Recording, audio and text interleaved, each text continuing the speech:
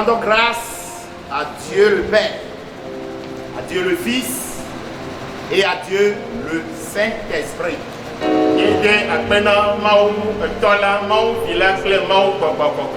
qui nous a accordé ce grand jour.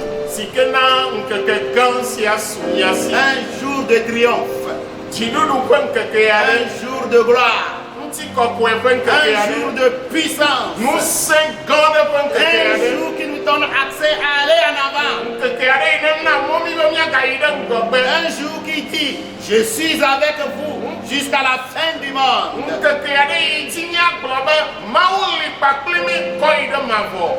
Dieu nous a promis d'être avec vous.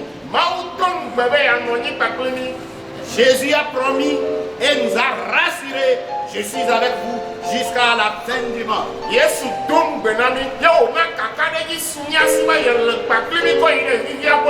Nous adorons un Dieu capable,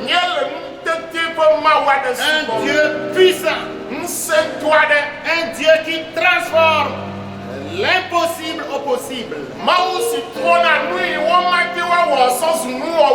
Ce matin, je vous propose un thème qu'ensemble nous allons méditer.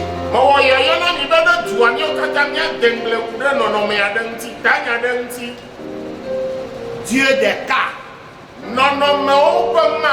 Yes. Dieu des cas. Dieu, c'est lui qui s'occupe des éventualités, des accidents, des maladies, des faits qui arrivent dans nos vies, des plaies qui surgissent sur nous. Dieu est au-dessus de ces circonstances. Nous adorons un Dieu de situation. Lorsque les situations sont impossibles, Dieu se présente, Dieu se révèle et Dieu se manifeste.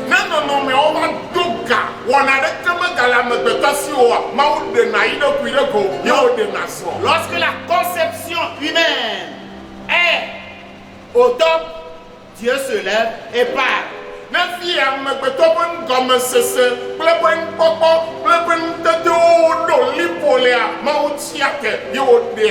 Dieu intervient et Dieu donne la solution. Il intervient toujours. Il fait toujours des jamais vus. Depuis les temps anciens jusqu'à ce jour.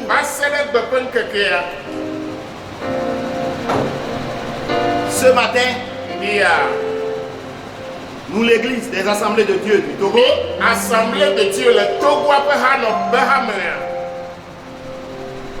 Temple de la grâce, pendant cet événement mondial, nous voulons encourager tous les chrétiens du monde entier.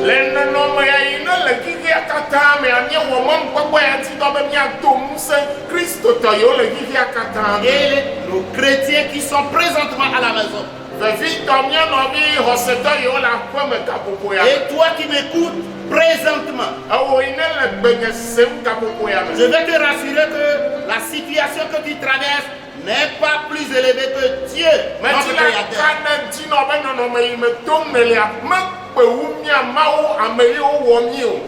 Il est le Dieu des circonstances.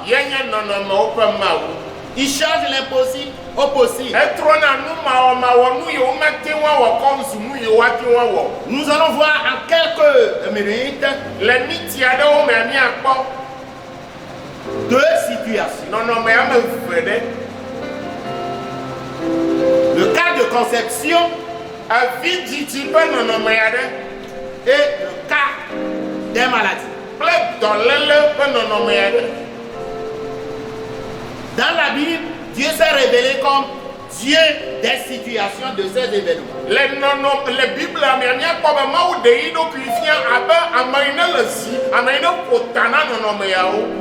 Nous allons faire la lecture dans Exode, le chapitre 6, le verset 2 et 7. Je vous prendrai pour mon peuple. Je serai votre Dieu. Et vous saurez que c'est moi l'Éternel, votre Dieu, qui vous affranchit des travaux dont vous chargent les Égyptiens.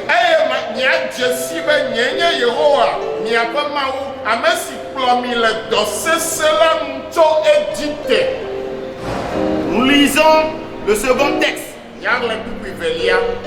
dans l'Évangile selon Luc, le chapitre 1, le verset 37. Luc, chapitre 1, le verset 37.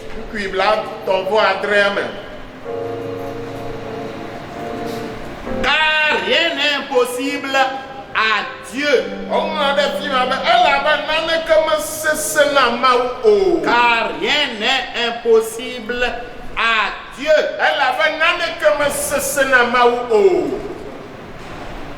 Seigneur Dieu de grâce, que tous ceux qui sont dans une situation particulière, ceux qui nous écoutent en ce moment, ceux qui veulent sortir de leur situation, ceux qui te cherchent en ce moment, ceux qui veulent réussir leur vie, toi Jésus, tu es venu pour solutionner la vie. Ce matin, viens, parle au nom de Jésus. Amen. Amen. Nous venons de lire deux textes. Le premier texte concerne Moïse et le peuple d'Israël. Dieu s'est révélé à Moïse au moment où son peuple est dans une situation irrégulière, difficile, jamais vu. Dieu parla à Moïse et lui dit: je suis l'Éternel. Cela veut dire, en moi, il n'y a pas de changement. Je suis, j'étais, je suis et je serai. Et il lui disait: je suis apparu à Abraham. Je suis apparu à Isaac. À Jacob. Ces trois personnalités ont rencontré des difficultés, des situations impossibles. Mais Dieu a été leur solution. Il sera pour toi. Premièrement, nous allons voir deux cas de la conception selon la Bible.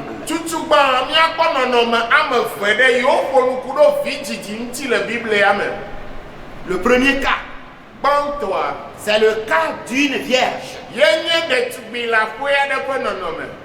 Dieu d'avance 2001 a annoncé qu'une vierge sera enceinte.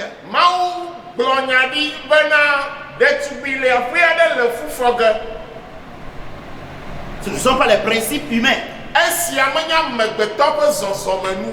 le principe de Dieu qui va se faire voir. Dieu a passé par le prophète Ésaïe. C'est pourquoi le Seigneur lui-même vous donnera ainsi. Dieu lui-même vous donnera ainsi Avant que quelque chose n'arrive, Dieu signale d'avance. C'est le Dieu de signes. Voici, la jeune fille deviendra enceinte. Et elle lui donnera le nom d'Emmanuel. Mais voilà ce que Dieu a annoncé dans Ésaïe 7,14. 2000 avant la réalisation. Autres prophètes ont confirmé. C'est un cas exceptionnel. C'est jamais vu. Comment une vierge peut tomber enceinte sans relation sexuelle, sans contact avec un homme. Lorsque l'ange a apparu à Marie, il dit, tu deviendras enceinte. Et elle s'interroge. Parce qu'elle est convaincue que jusque-là, elle n'a pas contracté de rapport sexuel. Et voilà une situation très difficile, même à la science d'expliquer.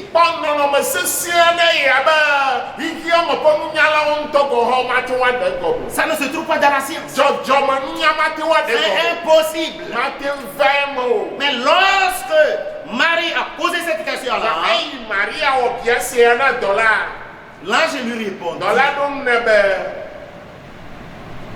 à Dieu, cela n'est pas impossible. Tout ce qui vous arrive, tout ce que tu traverses présentement, tout ce que tu vas rencontrer, ce n'est pas par la force, ce n'est pas par la puissance, ce n'est pas par l'intelligence. L'ange a dit à Marie, la puissance de Dieu surviendra sur toi. Tu deviendras enceinte. Mais ça c'est bizarre. Non. Aucun mathématicien ne peut arriver. Ni scientifique, aucun laboratoire. Il n'y en a pas. Mais c'est ce que Dieu a amené. C'est ce que Dieu a dit. Et ainsi, après 2000 ans, la jeune fille tomba enceinte. Et un garçon fut né. Rien n'est impossible à Dieu. Si tu n'as jamais conçu, Dieu est capable. Par la science, on peut le faire dans certains domaines. Dans certains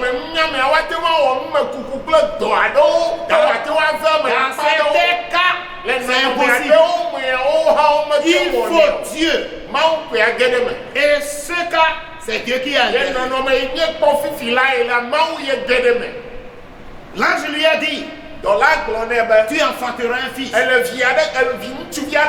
Son nom sera appelé Jésus. Emmanuel. Dieu avec nous. Dieu confirme toujours à son peuple qu'il veut rester avec lui. Même au moment où nous traversons, Dieu confirme qu'il veut rester avec l'Église. Rien n'est impossible à Dieu. Dieu est capable. L'enfant fut né. Son nom c'est Jésus. Celui qui sauvera son peuple. Celui qui peut sauver Le monde entier, c'est Jésus seul. Parce que son nom s'appelle Jésus. Et il fut né pour un but. C'est de sauver l'homme de ses péchés. Qu'importe la situation de ton péché. Qu'importe le poids de ton péché. Remets ta vie à Jésus. Confesse tes péchés à Jésus. La Bible nous confirme qu'il est mort sur la croix. Et le sacrifice sanglant qu'il a fait, ce sacrifice est devenu maintenant notre délivrance. Chose impossible alors. Un cas difficile à traiter. Dieu lui-même s'est offert. Et il est devenu notre solution. On n'a pas besoin de sacrifice aujourd'hui. Pour aller auprès de Dieu, il faut accepter le sacrifice que Dieu a fait. Jésus-Christ. Et vous serez sauvés. Tes sacrifices ne te sauveront pas. Mais c'est de croire au sacrifice de Dieu. Jésus-Christ. Et c'est fini. Deuxième cas. C'est le cas d'Abraham et Sarah. La stérilité de Sarah. Un vieux âgé et une vieille âgée. Ils sont âgés en âge. Il ne peut plus donner d'enfants. Humainement, selon la science, ils ne peuvent jamais.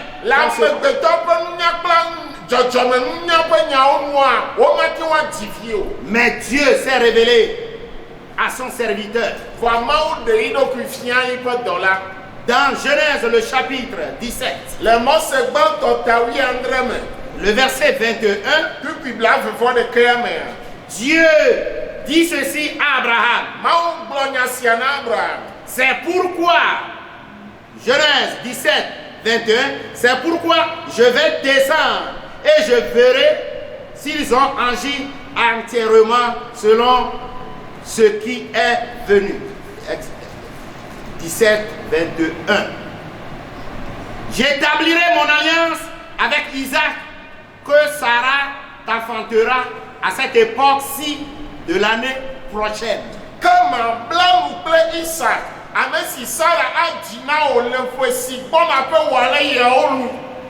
Sarah est déjà avancée en âge.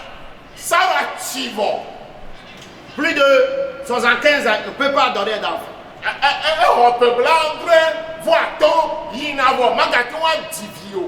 Mais Dieu est en train d'ouvrir la voie.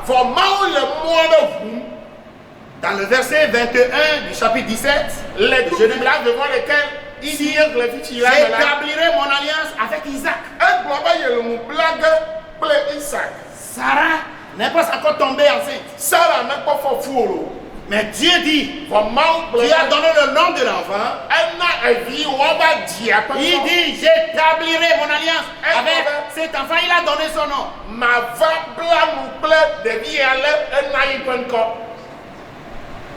Abraham est troublé. Sarah arrive. Abraham aussi rit.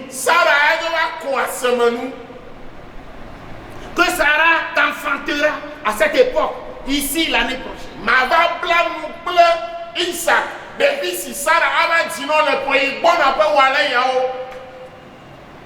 Abraham a déjà 100 ans. Sarah a 99.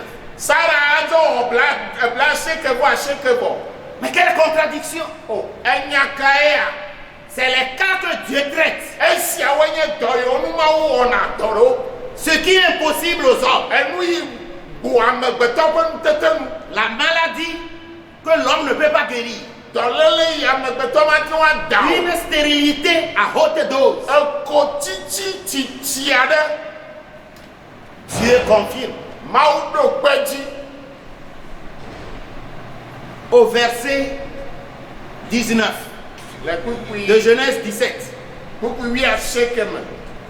Dieu dit, certainement, Sarah ta femme t'enfantera un fils.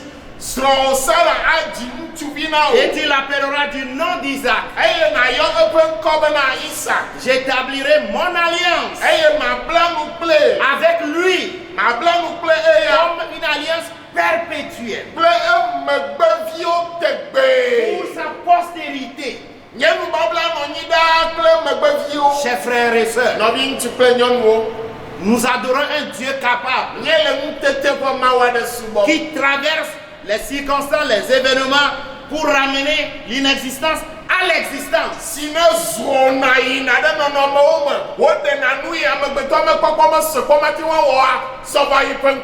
les situations traversent-tu? Nous avons le Dieu d'Abraham, le Dieu de Sarah.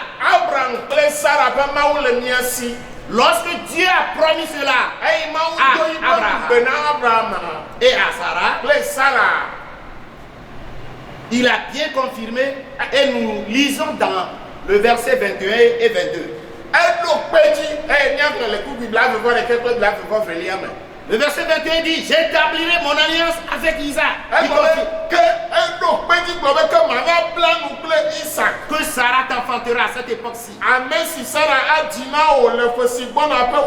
Le verset 22, lorsqu'il eut achevé de lui parler,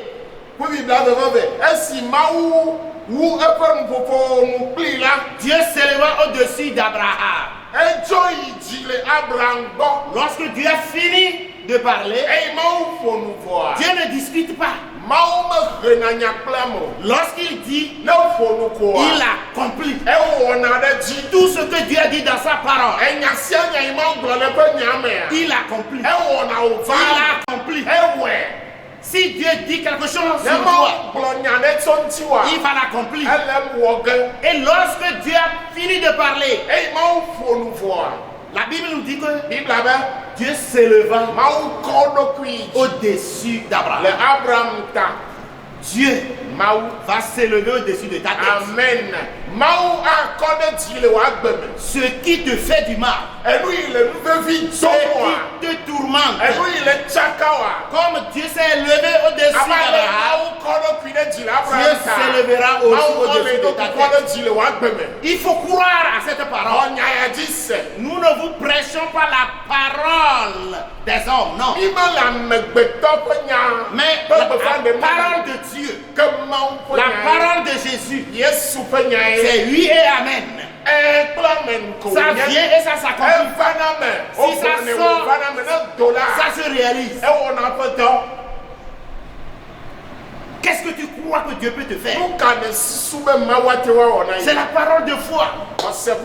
Lorsque Dieu a parlé à Abraham, Abraham a cru, a accepté cette parole. Sarah aussi a accepté cette parole. Au même moment, l'enfant se forma dans le ventre.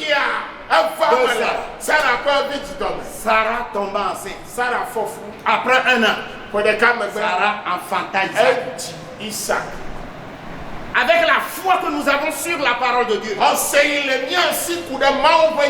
l'événement que nous traversons, lorsque nous croyons à Dieu, nous allons enfanter. Nous allons concevoir. Et l'enfant va sortir. Crois seulement. Et Dieu va accomplir son plan. Dieu ne te dit pas de faire quelque chose. Non. Crois. C'est la parole de foi que nous prêchons. Vous devez accepter avec foi. Qu'importe ta situation. Et Dieu s'est élevé au-dessus d'Abraham.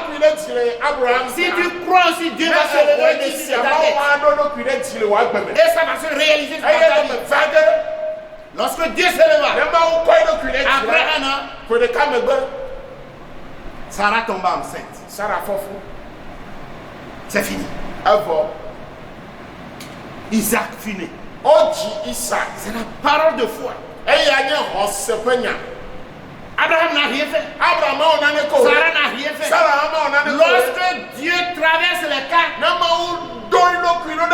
lui-même accomplit seul. Dieu ne cherche pas d'aide. Dieu ne demande pas d'aide avant d'accomplir son plan. Comprenez que lorsque Dieu va faire quelque chose dans ta vie, il n'a pas besoin d'aide d'ailleurs.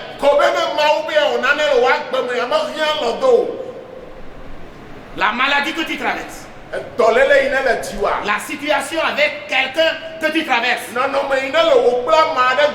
comment tu es troublé, ce que tu penses, Dieu le fera lui-même. Il n'a pas besoin de ton intervention. Restez dans la foi et Dieu le fera. Et Dieu va faire. Amen. Amen. Nous allons voir le cas des maladies. Le premier cas des maladies, c'est le cas de Job. Job, quelqu'un qui est aimé de Dieu. Job marche avec Dieu. Job fait ce que la parole de Dieu demande. Job marche dans la sainteté.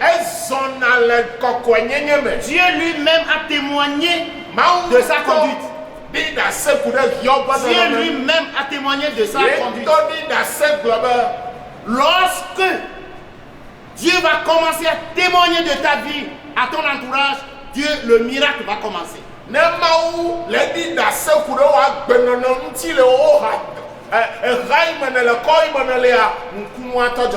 Le témoignage de Dieu est plus grand que le témoignage des hommes.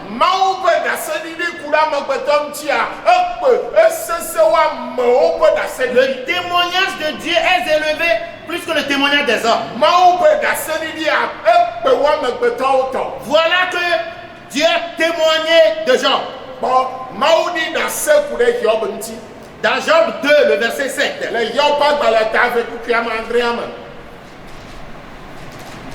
L'Éternel dit à Satan, voici, je te le livre seulement, épargne sa vie. Verset 7. Et Satan se retira de devant la face de l'Éternel, puis il frappa Job d'un ulcère malin, depuis la plante du pied jusqu'au sommet de la tête.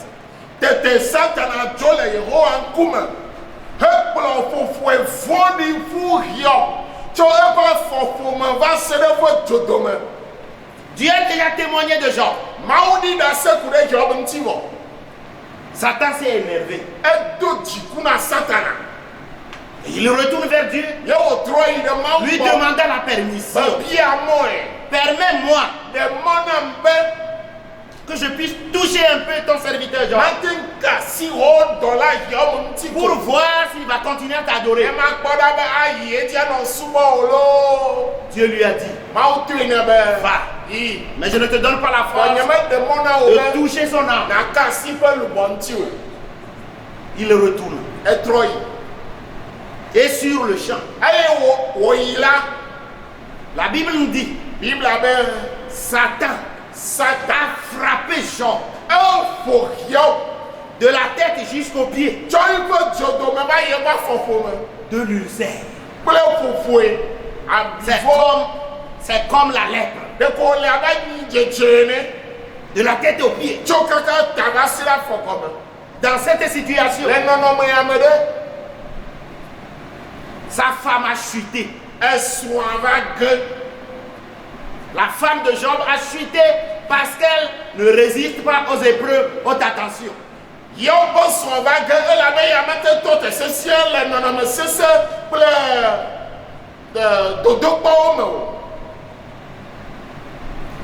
Job était à un niveau très difficile.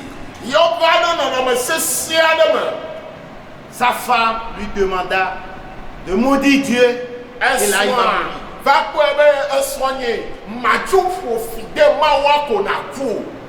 Job lui a dit, je sais que mon Rédempteur est vivant. Il me ressuscitera au dernier jour. Au même jour, Job a perdu 10 enfants. Des milliers de bêtes le même jour. Ces biens matériels furent brûlés le même jour.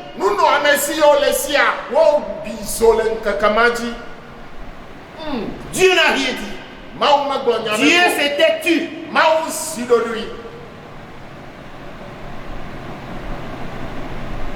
La femme est au chaos.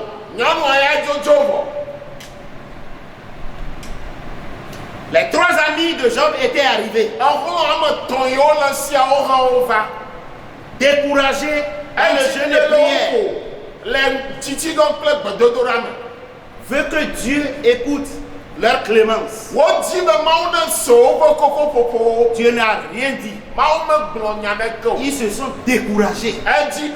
Lorsque Dieu ne parle pas dans nos cas, il n'est pas question de se décourager. Il faut attendre Dieu. Dieu va se lever. Comme il s'est levé au-dessus d'Abraham. Lorsque Dieu ne parle pas, si Dieu ne parle pas, vous parlez à Dieu toujours. Ne vous taisez pas. Ne dites pas que je suis fatigué. Continue. Prie. Demande. Dieu va agir. Ça n'a pas tardé. Dieu guérit Job. Job fut guéri. Lorsqu'on a confiance en Dieu, Dieu nous ramène à lui. Dieu va vous guérir moralement, spirituellement, psychologiquement, socialement. Dieu va ôter votre honte. Ne vous découragez pas. Nous avons un Dieu puissant qui change le mal en bien. Job fut guéri. Dieu guérit sa femme. Dieu pardonna à ses 3 amis. Sa femme fut retombée dans l'enceinte. Et a redonné 10 nouveaux enfants. Ses filles et ses garçons ont une beauté extraordinaire après la visitation. Dieu rétablit Job. Lorsque Dieu nous visite, il nous rétablit. Il faut prier jusqu'à ce que Dieu te rétablisse. Tout ce qui est détruit dans ta vie, Dieu va la rétablir. Lorsque Dieu intervient, il nous guérit, il nous rétablit, il nous restaure.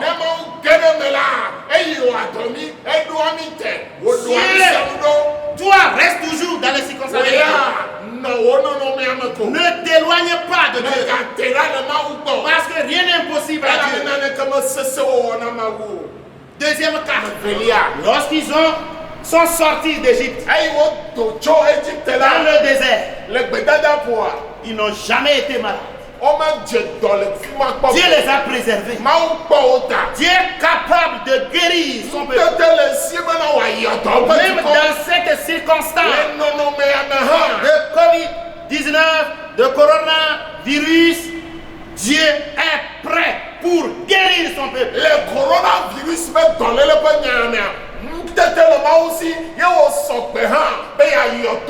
pour nous éloigner des maladies. Ce virus sera éloigné de son peuple. Si Dieu a fait à son peuple en Égypte, si Dieu l'a fait dans le désert, il le fera aussi dans votre maison, dans votre service, dans votre quartier, dans notre pays Togo, en Afrique et dans le monde. Dieu est capable. Nous avons un Dieu des cas. Un cas est arrivé. Dieu veut se lever et donner la solution. Prions. Invoquons Dieu. Il viendra. Il nous guérira. Il nous épargnera. et nous serons sauvés. Parce que le nom de Jésus est le sauveur. Jésus veut dire sauveur. Oh, Jésus va nous sauver. Jésus va nous sauver dans cette situation. Ne craignez pas. Ayez foi comme Jacob. Ayez foi comme Job. Ayez foi comme Sarah. Ayez foi comme Abraham. Et Dieu le fera. Ézéchias, le roi, lorsque Dieu lui a déclaré que sa mort est certaine, Ésaïe va lui dire, sa mort est certaine. Il a imploré Dieu. Il a crié. Il a mentionné sa droiture. Pendant ces moments difficiles, restons fidèles à Dieu. Restons dans la sainteté. Restons dans la droiture. Et Dieu va se manifester. Et Dieu va intervenir. Ce n'est pas un moment où nous sommes à la maison que nous allons contracter des péchés. Ce n'est pas un moment où nous sommes à la maison que nous allons refuser à chercher Dieu. Invitons Dieu. Convoquons Dieu. Et il viendra. Et il interviendra. Jésus, lorsqu'il était sur cette terre, la femme qui a la perte de sang pendant 12 ans, sans solution, il a été là, ça et là, sans solution. Il est revenu à Jésus. Sa demande était simple. Il a entendu que Jésus guérit, que Jésus intervient. Jésus intervient dans les cas. Nous avons un Dieu des cas. Donc ça n'est pas supérieur à Dieu. Elle est arrivée. Elle était arrivée. La foule était pleine. Elle ne pouvait rien faire. Elle s'infiltra dans la foule. Son effort, c'est de toucher sa robe. Elle a tout fait pour toucher la robe. Aussitôt toucher la robe de Jésus, Jésus sentit une force qui sortit en lui. Et il a dit à ses disciples, quelqu'un m'a touché. D'entendre si tu peux toucher Jésus, par la foi, si tu peux toucher Jésus, dans ta situation, si tu peux toucher Dieu, par la foi, si tu peux Dieu, tu peux me le faire. Tu verras la différence. Tu verras le miracle de Dieu. Elle a touché instantanément, sur le champ. La paix du sang est coupée. Elle a retrouvé la santé. Elle se retrouvait dans la joie. Jésus a dit, quelqu'un m'a touché. C'est à ce moment qu'on a remarqué que la femme manifestait sa joie. Elle commençait à témoigner. Chers frères et sœurs, il y a beaucoup de cas que Jésus a rencontré et a donné la solution. Son cas n'est pas supérieur à Jésus. Ça ne dépasse pas Jésus. Est-ce le problème relationnel?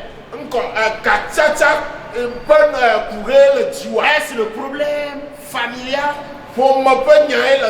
Est-ce une maladie? Est-ce un problème de conception? Est-ce un problème d'ici et là? Est-ce un problème spirituel? Tu es fatigué? Nous avons un Dieu puissant qui répond, qui intervient et qui solutionne. Si vous êtes prêts, nous allons prier. Si vous êtes prêts, je vais prier avec vous. En ton nom, Jésus. En l'instant, dans leur maison, sur son lit, dans ses pleurs, Lève-toi dans sa vie. Guéris maintenant. Libère ses soucis. Guéris ses blessures. Ôte sa honte. Ramène-le à la vie. Apporte le changement. Guéris sa situation. Interviens dans son cas. Son cas est exceptionnel. Oui, son cas est exceptionnel. Interviens. Au nom de Jésus, ceux qui ont cru que le salut leur soit accordé. Au nom de Jésus, nous allons prier pour le Togo. Au nom de Jésus, nous te confions le Togo. La terre togolaise se trouve dans ta main. Interviens. Guéris le Togo. Guéris l'Afrique. Guéris le monde. Guéris les pays en problème. Le coronavirus. Jésus, lève-toi. Comme tu t'es levé en Égypte. Comme tu t'es levé dans la maison d'Ézéchias. Jésus, guéris comme tu as guéri ceux qui ont déjà contracté cette maladie. Guéris-les dans les hôpitaux, dans leurs maisons, partout où ils se trouvent. Recevez votre guérison et recevez Jésus. Allez guérir en Jésus. Amen. Amen.